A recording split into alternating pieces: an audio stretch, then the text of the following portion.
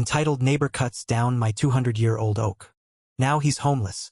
They say money doesn't grow on trees. I am here to tell you that they are wrong. In the eyes of the American civil court system, money is the tree. To a layman, a tree is just wood, leaves, and a bit of shade.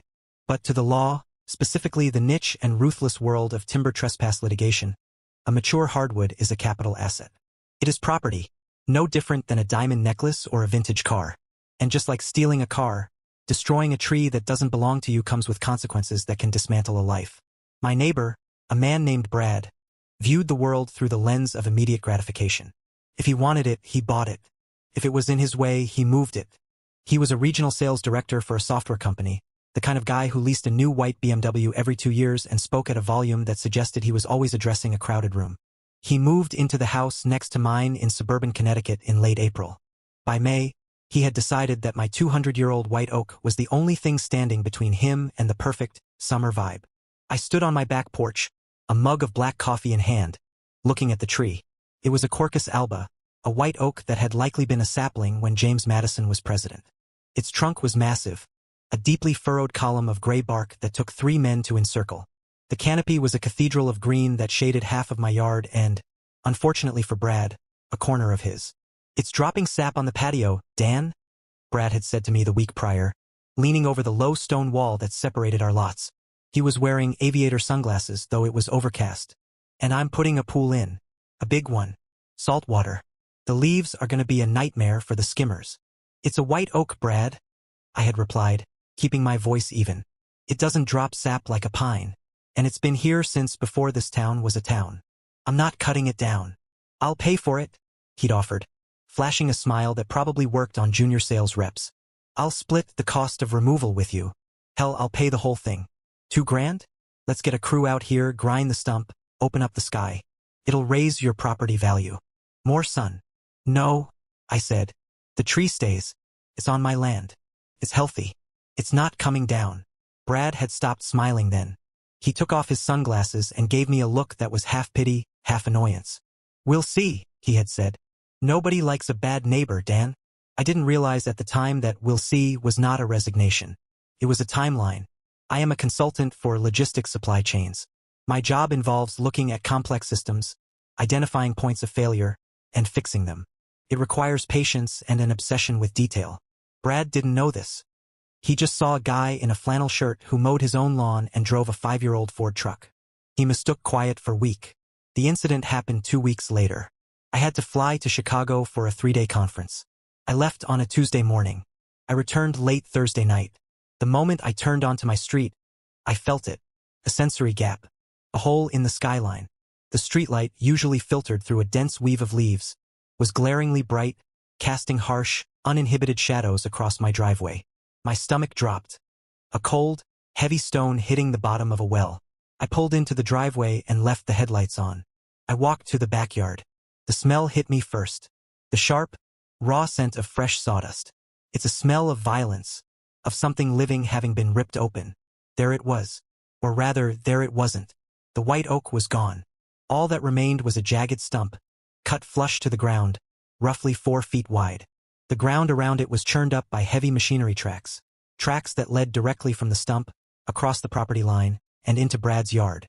I stood there in the dark, my dress shoes sinking into the mud and wood chips. I looked over at Brad's house. The lights were on. I could hear the faint thump of bass from a stereo. He was probably celebrating. He had his view now. He had his son for the pool. My first instinct was to walk over there and kick his door down. I wanted to scream. I wanted to drag him out by his collar and force him to look at the corpse of the thing that had stood watch over this hill for 2 centuries. But I didn't. I took a breath. I let the cold air fill my lungs. I remembered a case I had read about years ago, a dispute in New Jersey involving a black walnut tree. I remembered the term treble damages. I walked back to my truck, turned off the headlights, and went inside. I didn't sleep well, but I didn't storm next door. I didn't text him. I went into my office and opened my laptop. The next morning, Friday, I didn't go to work. I made 2 phone calls. The first was to the police to file a report for trespassing and destruction of property. I needed the paper trail. The officer who came out was sympathetic but realistic. "It's a civil matter mostly," he told me, scribbling on his notepad while looking at the massive stump. "I can write it up as criminal mischief, But unless you have video of him doing it. I have tracks leading to his yard, I said, pointing to the ruts. And I have the motive. I'll put it in the report, the officer said. But don't expect a squad car to haul him away today. I didn't. That wasn't the plan. The second call was the important one. I called a registered consulting arborist, RCA. Not a tree trimmer. Not a landscaper. An RCA is the forensic scientist of the tree world. They are the ones who testify in court. Mr. Arthur Henderson arrived at 1 p.m. He was a man of few words, wearing a high-visibility vest and carrying a tablet, a specialized tape measure, and a camera with a lens the size of a coffee can. He spent 2 hours with the stump. He measured the diameter. He took soil samples. He photographed the sawdust. He photographed the tracks. He walked the perimeter of the canopy's drip line, which was still visible by the difference in grass growth. Then he went to his truck and pulled out a drone. He flew it up, taking aerial shots of the void where the tree had been, contrasting it with old satellite imagery he had already pulled up on his iPad. It was a Quercus alba, Henderson said, his voice dry. Based on the growth rings on the stump, I'm dating it at approximately 185 years. Pre-Civil War. Is it replaceable? I asked, knowing the answer. Henderson looked at me over his spectacles. You can't go to Home Depot and buy a 185-year-old oak, Mr. Miller. To replace the biomass, the canopy coverage, and the ecosystem services this tree provided, you would need to plant roughly 63-inch caliper saplings. But the court doesn't just look at lumber value. They look at the trunk formula method. They look at replacement cost of the largest transplantable specimen, plus the compounding value of time. Give me a number, I said. He tapped on his tablet. I need to run the full guide for plant appraisal calculations. But, considering the species, the condition, which appears to have been excellent, and the location, you are looking at a base value of roughly $58,000. I nodded. And the cleanup? The remediation of the soil? The removal of the stump he left? Another $5,000 to $8,000, Henderson said. I thanked him. I paid his retainer. Then I called my lawyer, a college buddy named Sarah who specialized in property litigation. He cut it down while you were away? Sarah asked, her voice sharpening over the phone. That's willful. That's malicious. He wanted a view for his pool, I said. Dan, Sarah said, and I could hear the smile in her voice. In our state, willful destruction of timber carries treble damages. That means triple the appraised value. If your arborist says it's worth 60 grand, we sue for 180. Plus legal fees. Plus emotional distress, though that's harder to stick. But the statute is clear on the multiplier. Draft the letter, I said.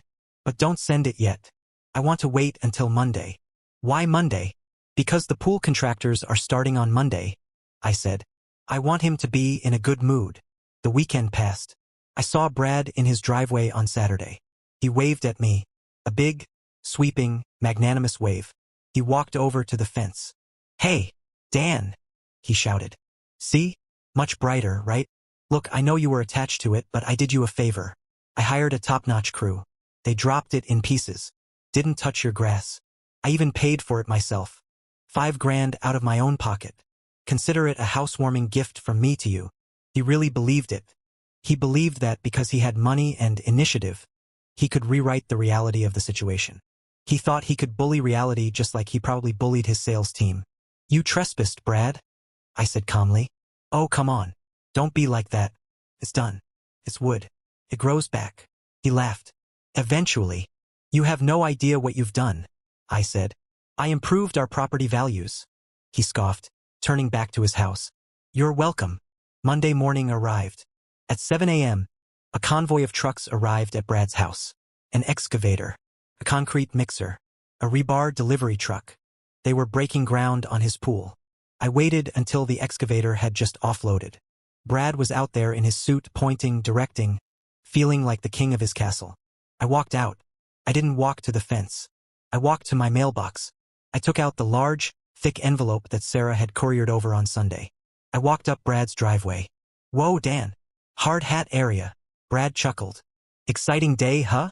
I handed him the envelope. You've been served, Brad. He frowned, taking the packet. What is this? Read it. He opened the envelope. He pulled out the legal complaint.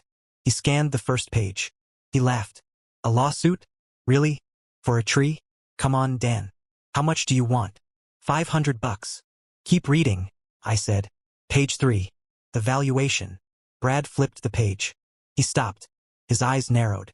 He stopped moving. $58,000? He looked up, his face flushing red. You're insane. It's a piece of wood.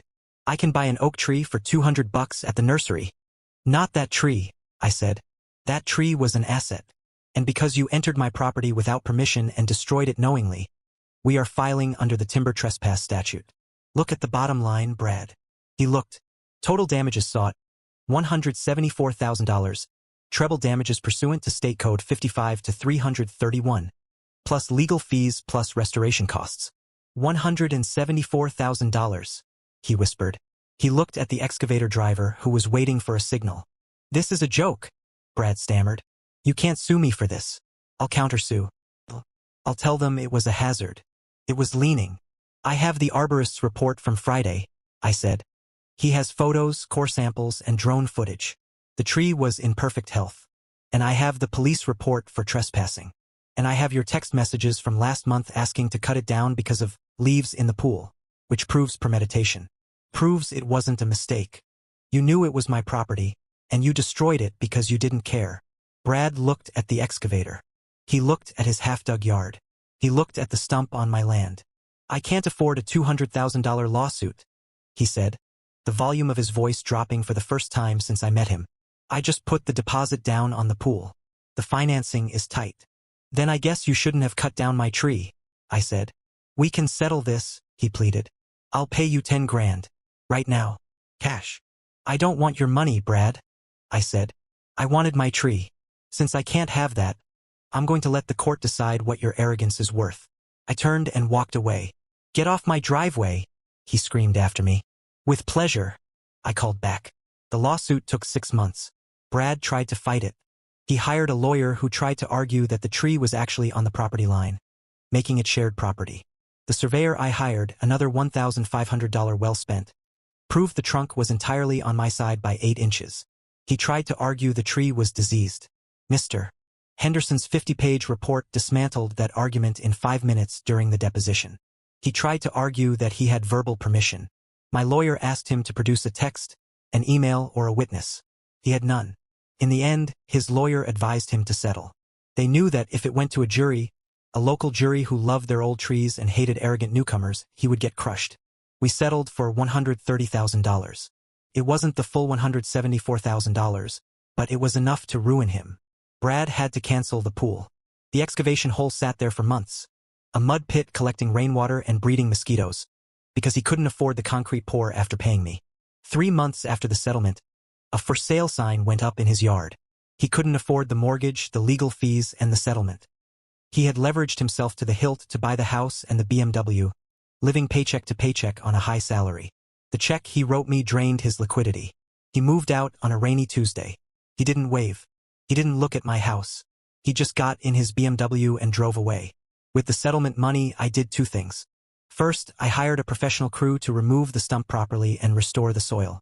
Second, I hired a landscaping firm to plant a row of mature green giant arborvitae along the property line for privacy. And right where the old king had stood, I planted a new white oak. It's only 10 feet tall right now. It looks small in that big empty space. I won't be around to see it reach the size of its predecessor. That will take another 100 years. But that's the thing about trees and about the law. They are about the future. They are about planting seeds and establishing boundaries that outlast us. The new neighbors moved in last week. A nice young couple.